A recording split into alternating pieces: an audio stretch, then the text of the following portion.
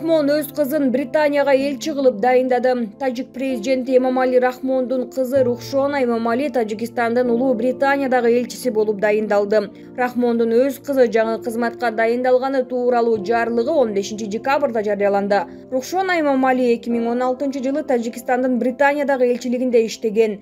2017 жылдан бери Тажикстандын Тышкы иштер министрлигинин эл аралык уюмдар боюнча башкармалыгынын жетекчисинин орун басары болуп иштеп келген. Ал 2017 жылы дипломатиялык кызматтын негиздери аттуу китебинин бет ачаарын өткөргөн. Бул китепте Тажикстандын эл аралык жана регионалдык уюмдар менен карым-катышы тууралуу сөз болот. Тажикстанды узак жылдан бери башкарып келе жаткан Эмомали Рахмондун 7 кызы жана 2 уулу бар. Рухшона Рахмондун 4-чү перзенти. Тажик президентинин улуу баласы Рустам Эмомали парламенттин жогорку палатасынын спикери жана башкала дүйшөмбүнүн мэри. Улуу кызы Озода Рахмонова президенттин аппаратын жетектейт. Рахмондун күйөө балдарынын бири Ашрафжан Гулов жакында Тажикстандын Туркиядагы элчиси болуп дайындалган. Тажик оппозициясынын өкүлдөрү Рахмондун өз үй бүлө мүчөлөрүн мамлекеттик кызматка дайындаганын кескин сынга алып келет. Булак азаттык чекит.org.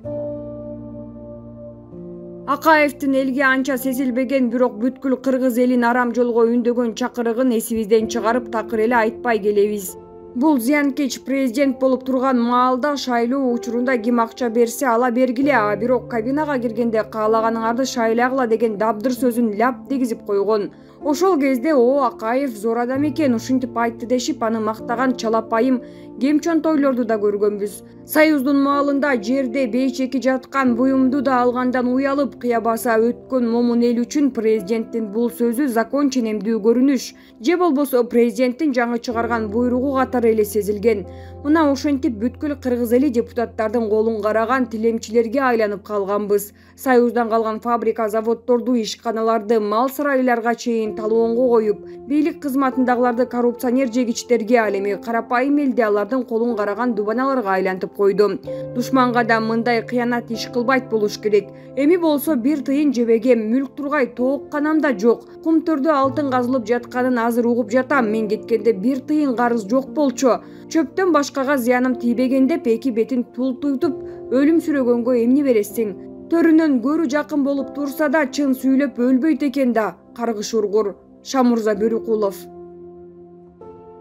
Жогорку кеңештин жаңы чакырылышынын биринчи жыйыны качан өтөт? БШК бирдиктүү шайлоо округу боюнча жыйынтыкты тааныды. Комиссиянын төрайымы Жогорку кеңештин биринчи жыйыны качан өтүшү керектигин айтты. Жогорку кеңештин жаңы чакырылышынын биринчи жыйыны 2 жуманын аралыгында болот. Бул тууралуу БШКнын төрайымы Нуржан Шайылдабекова билдирди. Бүгүн Борбордук шайлоо комиссиясы парламенттик шайлоонун расмий жыйынтыгын жарыялап, 6 партия жеңишке жетти деп тааныды.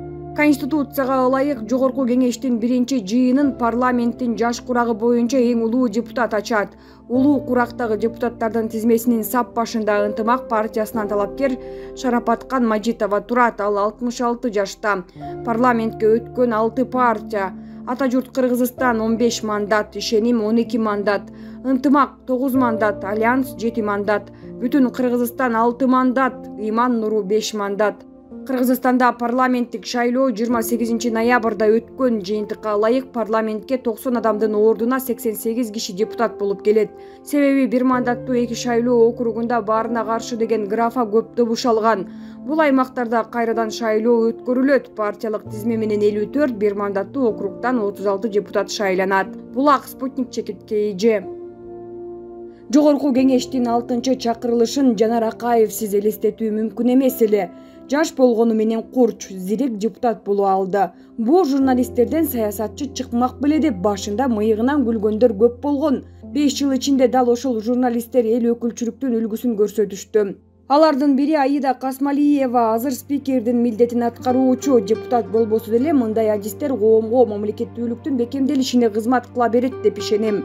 Жанарсыз 7-чи чакырылыштын туз калемпири азыраак болот эми. Каап, Ибрагим Нуракун уулу. Валентина Шевченко UFC рейтингинде 1-чи орунга чыкты.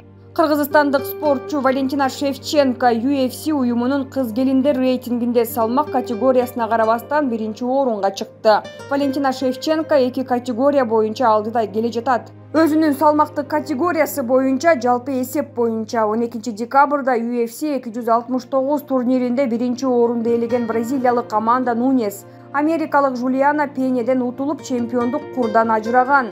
Ал рейтингде 3-орунга чыкты. Белгилей кетсек, UFC чемпиону Валентина Шевченко өткөн жумада Кыргызстанга учуп келген. Учурда Ош шаарында жүрөт. Булак апта чекитке ийже. Альянс Акаевдин мандатына байланыштуу БШКны сотко берет. Альянс партиясы борбордук шайлоо комиссиясынын 30% гендердик квотаны сактоо боюнча жобону өзгөртүүсү боюнча сотко кайрылат. Бул тууралуу Азаттыкка партиянын тең төрагасы Мирлан Жээнчуроев билдирди. БШКнын шайлоо бүткөндөн кийин жобону өзгөртүүсү шек жаратып жатат деген оюн айтты. Партиянын юристтери өзүбүздү жүйөлөрдү келтиребиз деп кеңешип жатабыз. Экинчиден, буга чейин бир жолу өтпөй калган документтин шайлоодон кийинки кайра өзгөртүлүшү шайлоонун жыйынтыгына шек жаратат. Мыйзамдуу өлкөдө сот менен чечебиз деп ишенем, деди Жээнчуроев. Борбордук шайлоо комиссиясы 15 декабрда партиялык тизме менен шайланып келген талапкерлер арасында 30% гендердик квота кандай сакталаары тууралуу жобосун өзгөрткөн. Ага ылайык 3 мандат алган партиядан 1, 7 мандат алган партиядан 3 аял депутат болуп келет. Буга чейинки жобого ылайык 7 мандат алган партиядан 2 аял депутат болуп келмек. Бул өзгөртүү 7 мандат алган Альянс партиясына тиешелүү болуп, талапкер Жанар Акаевдин ордуна аял талапкер Токтобүбү Оргалчанын мандат алаары айтылды. Буга чейин БШКда жобону өзгөртүү боюнча 2 жолу добуш берилип, 2 жолу тең колдоо тапкан эмес. Бул жолу шайлоо комиссиясынын айрым мүчөлөрү өз позициясын өзгөрткөн. Борбордук шайлоо комиссиясынын төрайымы Нуржан Шайылдабекова жана Жогорку кеңештин депутаттыгына талапкер Токтобүбү Оргалча комментарий бере элек. Булак Азаттык Чекит.орг.